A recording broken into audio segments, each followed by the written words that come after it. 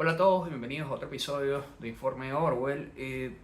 Como todos saben, hace un par de horas eh, María Corina Machado fue secuestrada extrañamente por los cuerpos de seguridad de la tiranía de Nicolás Maduro y posteriormente apareció liberada o libre.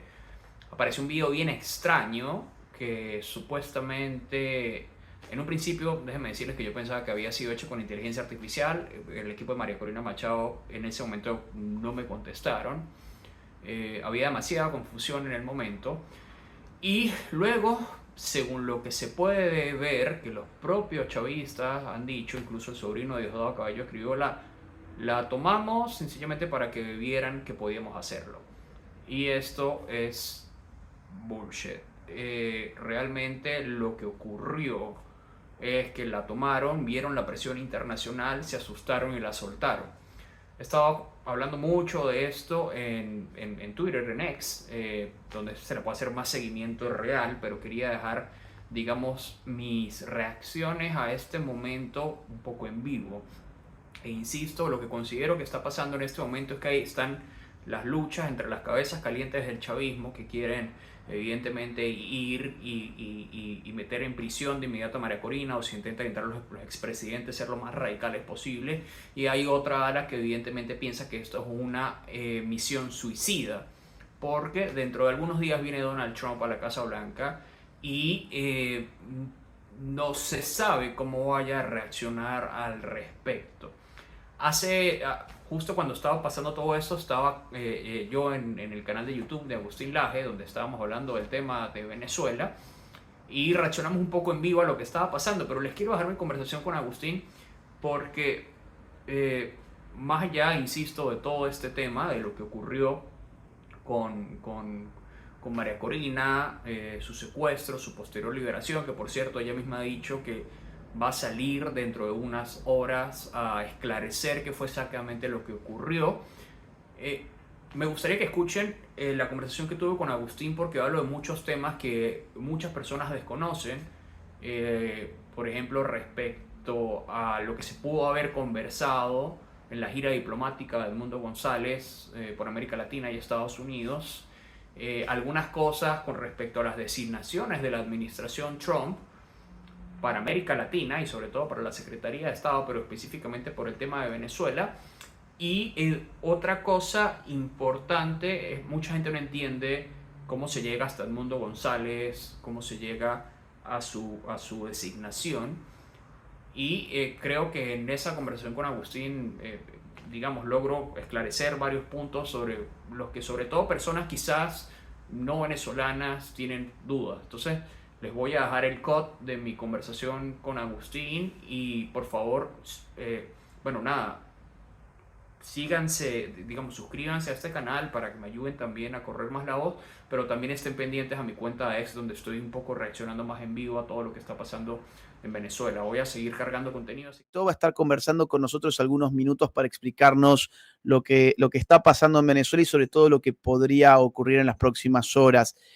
Emanuel, ¿cómo estás? Bienvenido. Gracias por tu tiempo como siempre. Hola, Agus, ¿qué tal? ¿En qué lugar te encontrás? En Miami. En Miami. Sí. En Miami. No, sé que pronto ibas a Washington, D.C., pensé que por ahí ya andabas por esa zona. Voy el 17 de diciembre, en Bien. unos 10 días. ¿Cómo ves lo que está pasando en tu país? ¿Qué Mira, está Agus, pasando en tu país? sí, o sea, a ver, lo que he estado tratando de explicar en estos días, evidentemente hay gente que le gusta tratar de dar algún pronóstico definitivo y en estas situaciones evidentemente siempre hay pronósticos reservados porque hay Sí. muchos imponderantes que ocurren a última hora y que absolutamente nadie puede controlar. Yo creo que María Corina, lo he dicho muchísimas veces, ha hecho absolutamente todo lo que está, digamos, a su alcance, lo que está en sus manos. Ha arriesgado su vida, ha movilizado a los venezolanos, digamos, ha hecho todo lo que se ha podido hacer dentro de las reglas de una tiranía y sabiendo lo que implica enfrentarse a un grupo de socialistas sanguinarios. Y Edmundo González, pues evidentemente ha estado en esta gira diplomática, reuniéndose con autoridades en Estados Unidos, Entonces, todo esto termina con lo siguiente, que evidentemente para que finalmente se produzca el cambio se necesita que los militares finalmente den el paso.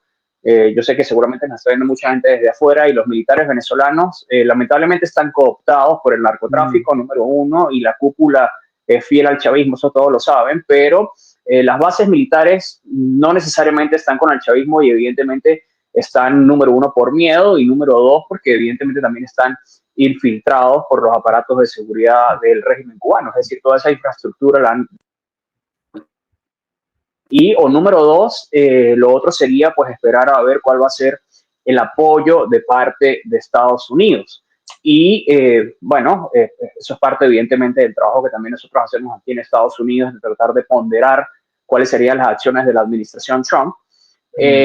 Todo el equipo de Trump al respecto está muy alineado con respecto a la liberación no solo de Venezuela, sino también evidentemente de Cuba y posteriormente.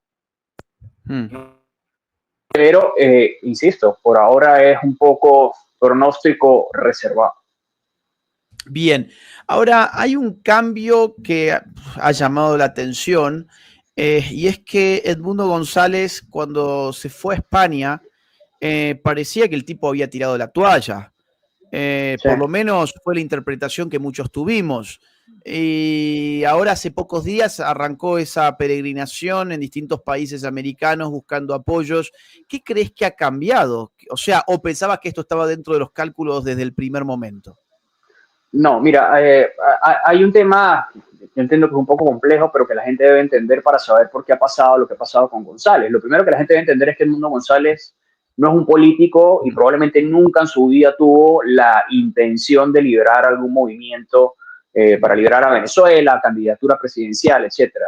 Edmundo González ha sido un diplomático de carrera, desconozco cuál ha sido su ideología política o cuáles son realmente sus ideas como tal. Y la única razón por la que Edmundo González se convierte en el candidato presidencial a la oposición es porque el chavismo secuestró absolutamente todas las tarjetas electorales para que los candidatos opositores pudiesen inscribirse en esas supuestas elecciones. Y en el 2014 se registró una tarjeta electoral bajo el nombre de Edmundo González, que era la tarjeta de la Mesa de la Unidad Democrática, y él era el presidente de esa tarjeta. Entonces, a última hora, todos saben que María Corina, que gana las primarias en Venezuela, la sacan del juego. Ella coloca a Corina Lloris como su sustituta, tampoco la dejan inscribirse, y a última hora entra Edmundo González. Y lo que no es lo que yo puedo hablar, es lo que sé, es lo que sucedió, es que in extremis era Edmundo González o no era nada. Es decir, era Edmundo González o sencillamente iba a través del régimen a esas supuestas elecciones con todos los alacranes opositores del chavismo, que es toda una falsa oposición. Entonces, se tomó la decisión a última hora desesperada de apoyar a González. Y González, pues, tú lo puedes ver, cualquier persona lo puede ver, es una persona mayor, ya tiene algunas dificultades físicas. Yo me imagino que él no quería estar pasando por esta presión en los últimos años de su vida, es decir, no es una persona mentalizada o focalizada en yo voy a liberar a Venezuela, y sencillamente le cayó esta responsabilidad del cielo y más bien es como si María Corina y la gente a su alrededor han tenido que arroparlo y empujarlo para que asuma la responsabilidad. Entonces, hay que ponerse un poco como en los zapatos de una persona mayor, ya con enfermedades, etcétera, asumiendo todas estas presiones políticas en las últimas etapas de su vida, evidentemente. Y creo que habrán habido acercamientos en estos meses en España. Probablemente en su cabeza pasó en algún momento a abandonar y tirar la toalla. Pero me imagino que han habido conversaciones en el medio con autoridades políticas también de otros países que han hecho que él recapacite y diga, bueno, hay que darlo todo, porque, digamos, es probablemente la última oportunidad para liberar a Venezuela. ¿Cómo se explica que María Corina continúe en libertad en Venezuela? Acaba de aparecer sobre el techo de un automóvil, improvisando una arenga con un micrófono y con un altoparlante de baja calidad. De hecho, costaba bastante escucharla en su vivo. ¿Cómo hace para mantenerse libre, o es que el régimen de Maduro no le conviene tenerla presa? Yo creo que ahí, digo, si tú lo puedes recordar, en algún momento ocurrió algo similar con Guaidó. Guaidó estuvo en Venezuela y el régimen lo amenazaba, lo amenazaba, lo amenazaba y nunca lo encarcelaba porque creían que eso a lo mejor podría formar una rebelión o un pronunciamiento más fuerte de parte de otras naciones. A medida que Guaidó se fue desinflando en popularidad, Guaidó decide irse de Venezuela porque ya ni siquiera la oposición lo quería y sabían que si a Guaidó lo metían preso nadie iba a dar un peso por él. Ese es otro tema aparte. Guaidó es otra vertiente ideológica. Hubo muchos casos de corrupción con Guaidó y su gobierno interino, que fue un absoluto fracaso y un desastre. Y en esta oportunidad creo que corresponde es debido a esto. Diosdado estuvo amenazando, te vamos a meter presa, etcétera, todo lo demás. Pero la única razón por la que no pasa es porque el chavismo es tonto, pero no suicida. Y consideran que la detención de María Corina Machado puede resultar bastante costoso. No digo políticamente, porque es que esto no es una guerra política, esto es una guerra ya básicamente contra un cartel criminal. Entonces, lo que ellos consideran es que su detención probablemente podría generar una rebelión interna, no sé si civil o militar, o incluso una respuesta más fuerte de otros países. Y eso tomando en cuenta de que en un par de días o en un par de semanas Donald Trump va a asumir como presidente de Estados Unidos.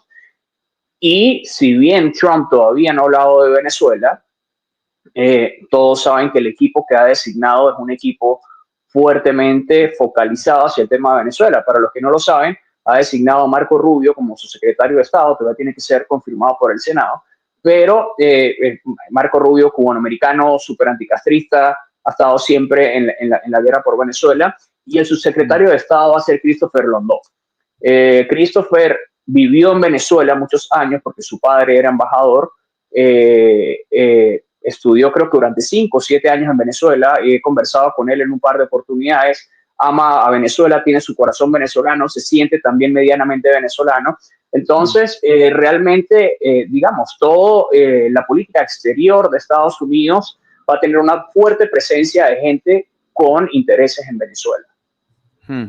Ahora, acá hay otra variable que es la que muchos estamos mirando, que son las Fuerzas Armadas de Venezuela. Hace algunas horas Edmundo González Urrutia lanzó un video en sus redes sociales donde apelaba a que los miembros de las Fuerzas Armadas defendieran la Constitución de Venezuela y no convalidaran el día de mañana el fraude del 28 de julio.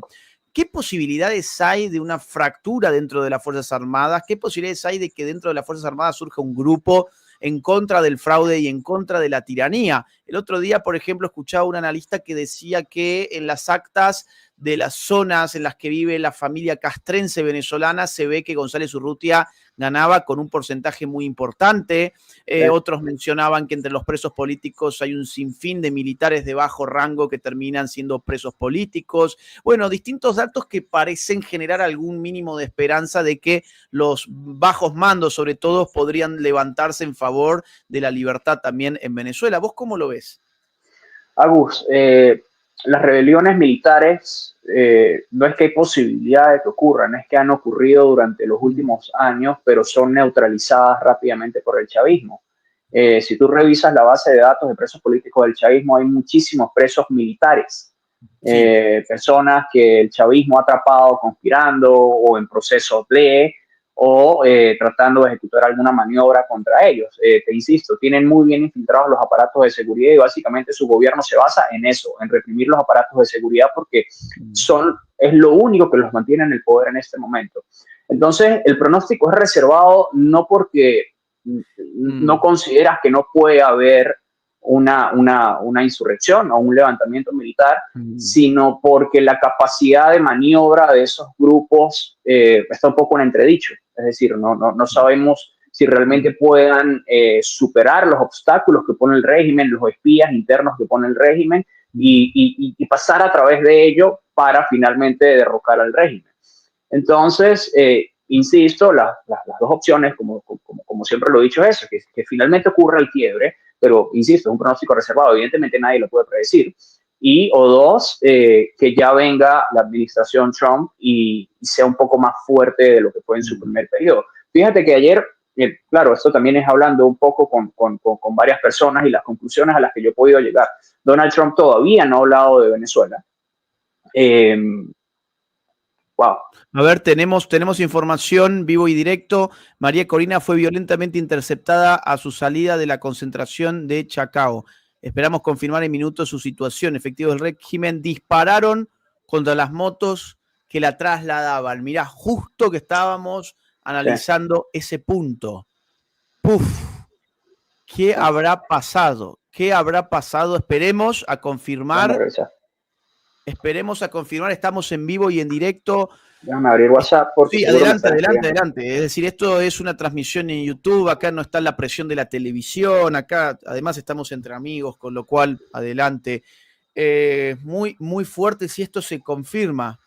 Si esto se confirma, cambia la ecuación, incluso hasta de cara a lo que puede pasar mañana. Sí.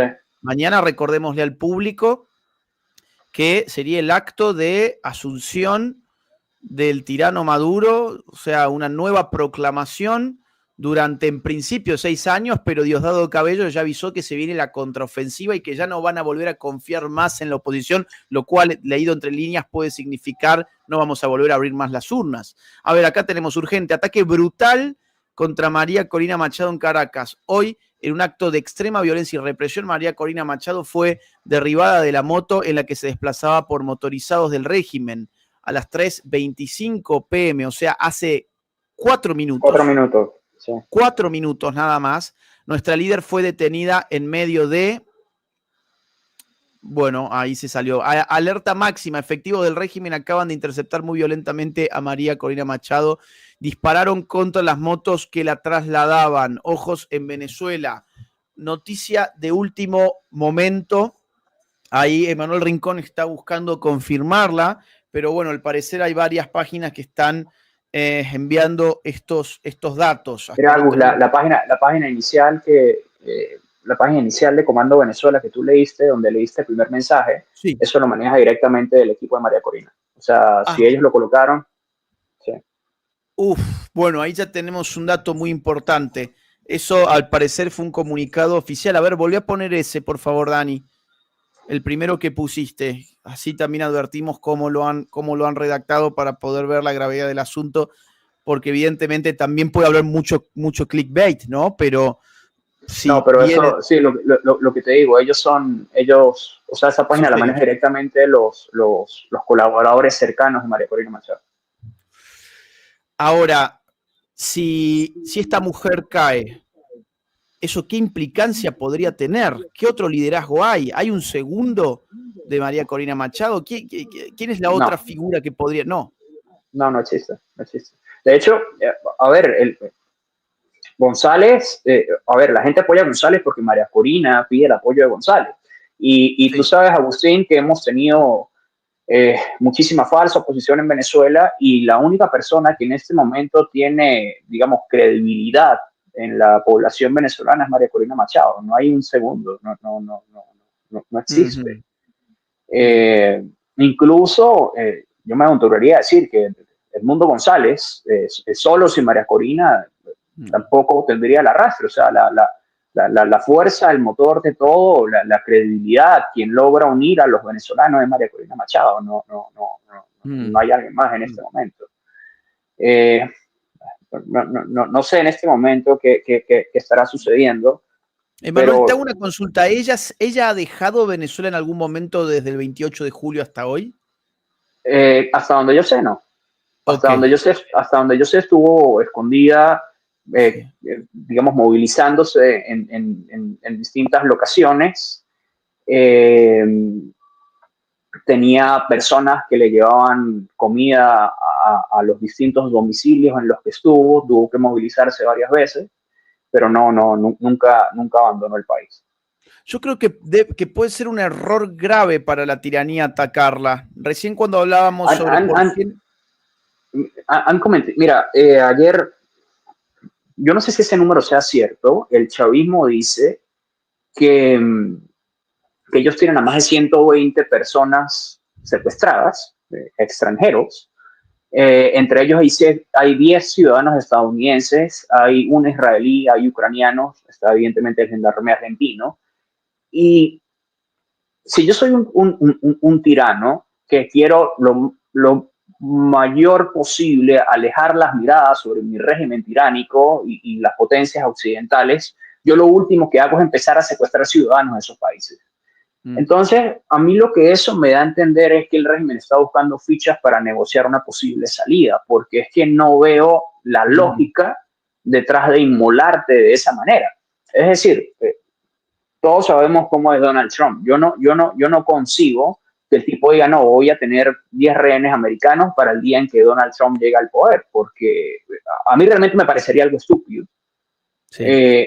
Entonces, a mí eso es lo que me da a entender. O sea, creo que están aplicando una máxima violenta de presión, pero creo que la finalidad es negociar algunos, entre comillas, beneficios para abandonar el poder. Es lo que a mí me da a entender. Porque de otra forma no tendría sentido lo que están haciendo.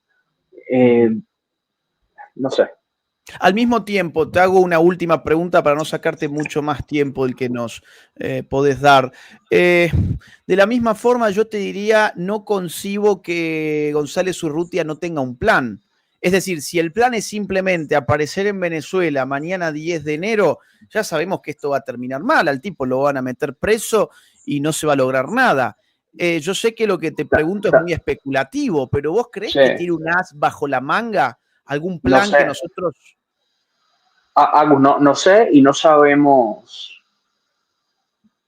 A ver, las reuniones, yo evidentemente tengo amigos y contactos con las oficinas de senadores aquí en Estados Unidos, etcétera, que se reunieron con él. Pero, digamos, se han mantenido reuniones abiertas al público y reuniones cerradas. Entonces, no sé hasta qué punto o qué se pudo haber conversado en dichas reuniones. Solamente voy a tener un ejemplo aquí loco, que no sé si va a pasar, pero dando un ejemplo, no sé si se habló con el presidente del Congreso y con Mike Waltz. Mike Waltz es el asesor de seguridad, o va a ser el próximo asesor de seguridad nacional de Donald Trump, que le dice, mira, vete a Venezuela, te van a arrestar, si ellos te arrestan, nosotros entramos y te sacamos y te ponemos al régimen. Por ejemplo. Claro. Pero no lo sé, o sea, insisto, obviamente es súper especulativo, pero no sabemos qué acuerdos se hayan podido hacer en las últimas horas al respecto. Y lo otro, con un tema de Trump, que todo el mundo dice, Trump no se ha pronunciado sobre Venezuela, Trump no se ha pronunciado sobre Venezuela. Entonces, hay solamente dos opciones. La número uno es que a Donald Trump no le interesa en lo absoluto Venezuela. Y la opción número dos es que Trump tiene un silencio absoluto porque espera actuar de sorpresa. ¿Y por qué lo digo? Porque si tú te pones a ver, todos sabemos que Donald Trump es el mejor deal maker de la historia probablemente. Cuando él dice el canal de Panamá es nuestro y vamos a ir a tomarlo, muy probablemente él no quiere ir a tomar el canal de Panamá, él probablemente quiere renegociar con Panamá las tarifas, el tema de la intromisión de China allí, lo que está ocurriendo con Canadá, etc. Cuando Trump quiere negociar, Trump tira vamos a decir, un asset de negociación sumamente elevado. Es decir, yo quiero el 100% de las tierras en tal parte porque probablemente él quiere el 20%. Entonces él tira algo elevado y empiezan a negociar. Eso es lo que hace Trump cuando quiere negociar con alguien. Pero cuando han tomado decisiones estratégicas, como por ejemplo cuando borraron de la faz de la tierra Soleimani, Trump no advirtió nada, él no dio ninguna advertencia, sencillamente envió el dron y lo desaparecieron de la tierra. Entonces, digamos, se puede interpretar o sea, no es que lo puedas interpretar de las dos formas, es que solamente hay dos opciones. O ya no le importa o está esperando para actuar en silencio. Y dado a los appointments, es decir, a la gente que él ha puesto en puestos claves de seguridad nacional, la Secretaría de Estado y Subsecretaría de Estado, yo realmente no creo que a Trump le haya dejado de importar Venezuela. Y más tomando en cuenta que su America First de hoy no es solamente una America First de Estados Unidos, sino es una America First regional, porque él está tratando de controlar las rutas marítimas, él está tratando de contrarrestar la influencia de China en la región y él tiene muy claro todo lo que está pasando. Entonces, pues insisto, no es algo que podamos, digamos, determinar, pero no descartemos que algo ya se haya hablado sobre eso.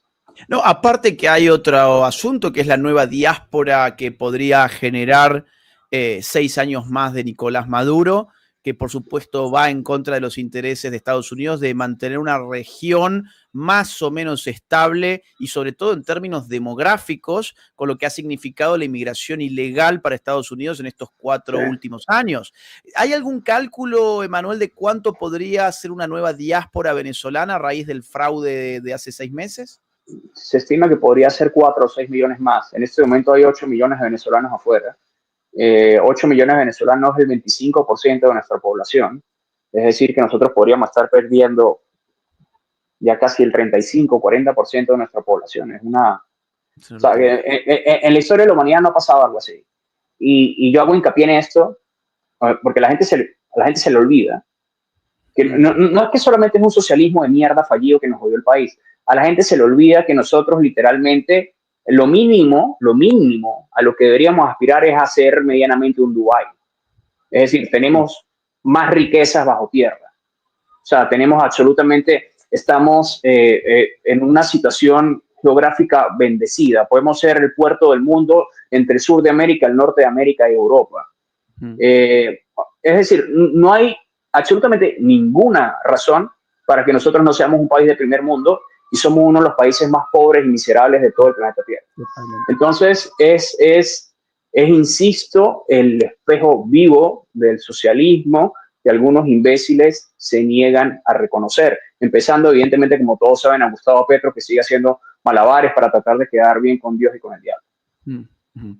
Emanuel, querido, muchísimas gracias por tu tiempo. Bueno, estamos siguiendo todo lo que pasa en Venezuela, así que gracias por ilustrarnos y por compartirnos tus impresiones. Te mando un gran abrazo y hasta la próxima. Igual, estoy pendiente. Me escribes cualquier cosa. Un abrazo. Chao. Gran abrazo, adiós. Bueno, ahí lo tuvimos a Emanuel Rincón, siempre lo llamamos a Emanuel para que, bueno, nos ilustre, insisto, sobre lo que pasa en su país, que él, por supuesto, lo sigue muy, muy, muy de cerca.